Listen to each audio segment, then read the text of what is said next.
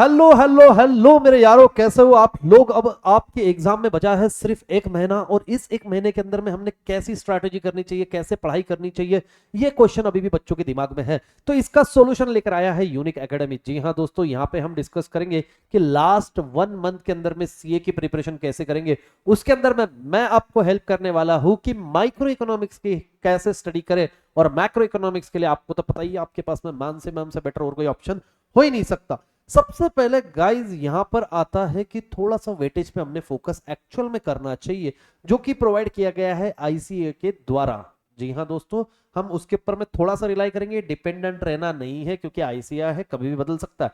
मेरे हिसाब से कभी भी आप क्या करो, उन चैप्टर्स को पहले पढ़ो जिसका वेटेज ज्यादा है। जैसे सबसे पहले आप चैप्टर पढ़ो जिसको मैं बोलता हूं, है ना, जिसके ऊपर में आपने फोकस करना चाहिए, वो है price determination under different market, है ना, अंडर डिफरेंट मार्केट। इस चैप्टर को आप एकदम ऐसा खोल के पी जाओ दोस्तों, है ना, क्योंकि आईसीआई के नोटिफिकेशन के हिसाब से ये 15% तक के पूछा जाता है। 15 मार्क्स का इसका वेटेज है। अगर आप इसको कर लेते हो तो आपके 10 मार्क तो कहीं नहीं जाएंगे, एकदम श्योर शॉट हो जाएंगे। उसके बाद में दूसरा आप पढ़ सकते हो, ये 2 चैप्टर है मेरी प्रायोरिटीज के, मतलब सेकंड के ऑप्शन में मैं 2 रखता हूं, आप इसको पढ़ सकते हो अपने हिसाब से।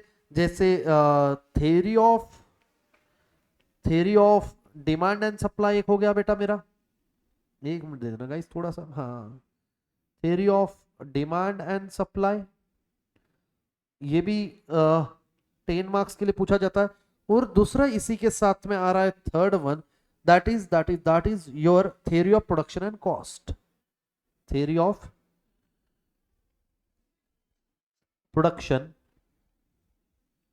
एंड कॉस्ट, ये भी 10 मार्क्स का। अब गाइज इसमें सबसे इंपॉर्टेंट चीज जो है, अब जैसे मुझे लगता है कि थ्योरी ऑफ डिमांड और सप्लाई मुझे इजी जाता है, तो पहले मैं ये खत्म कर लूं तो आप इसको कर सकते हो। बट आपको लगता है नहीं, मुझे थ्योरी ऑफ प्रोडक्शन और कॉस्ट पहले खत्म करना, तो आप ये कर सकते हो। अगर आपने ये 3 टॉपिक कर लिए, अगर आपने ये 3 टॉपिक कर लिए, तो इसमें आपका जोरदार फायदा हो जाएगा। अगर आप देखो तो मोटा मोटी 35% यही कवर हो चुका है आपका। 35% यही कवर हो चुका है। इसके बाद में, है ना, चौथे के ऊपर में आप प्रायोरिटी रख सकते हो बेटा आपका कोई भी एक बिजनेस साइकिल के चल जाओ, क्योंकि बिजनेस साइकिल एकदम इजी फीजी है। बिजनेस साइकिल ये है आपका 5 मार्क्स का। और देन अपना फिफ्थ वाला इंट्रोडक्शन। अब इंट्रोडक्शन सर आपने लास्ट में लिखा सर, है ना, ये तो आपने पहले लिखना चाहिए था। अरे नहीं लाला, इसको लास्ट में इसलिए लिखा क्योंकि ये सारी चीजें आप already 11th 12th CA foundation के बेसिक पे पढ़ते आए हो, तो आपको प्रॉब्लम होनी ही नहीं चाहिए।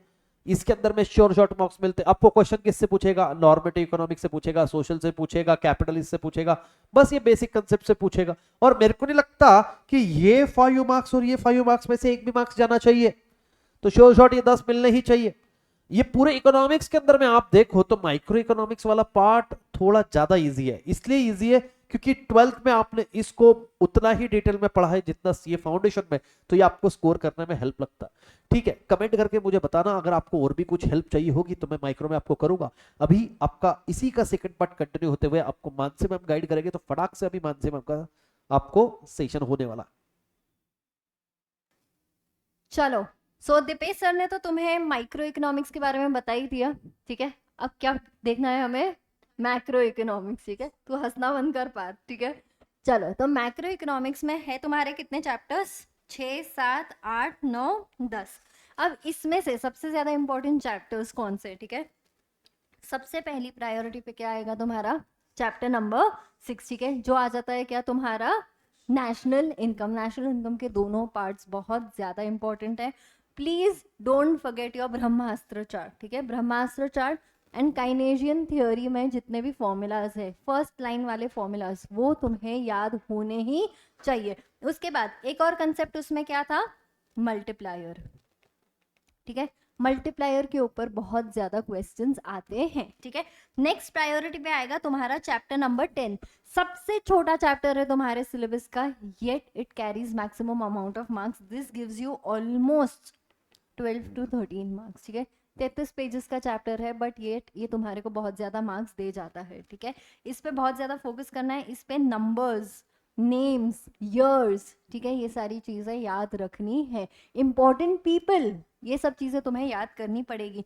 नेक्स्ट आ जाता है तुम्हारा क्या, चैप्टर नंबर 7, चैप्टर नंबर 8, और फिर क्या आ जाता है तुम्हारा चैप्टर नंबर 9। चैप्टर नंबर 7 कौन सा है तुम्हारा, पब्लिक फाइनेंस, ठीक है, जिसमें तुम्हारे को मेनली क्वेश्चंस आते हैं लास्ट वाले यूनिट से एंड फर्स्ट वाले यूनिट से, ठीक है। वो 3 फंक्शंस जो थे तुम्हारे, ठीक है, कौन से फंक्शंस थे, allocation, redistribution, stabilisation. They ask you, ये एग्जाम्पल दे दिया, ये कौन से फंक्शन के अंडर क्लासिफाई होने वाला है, इसके ऊपर बहुत ज़्यादा क्वेश्चंस आते हैं एंड यूनिट नंबर 3 के ऊपर भी बहुत ज़्यादा क्वेश्चंस आते हैं, ठीक है।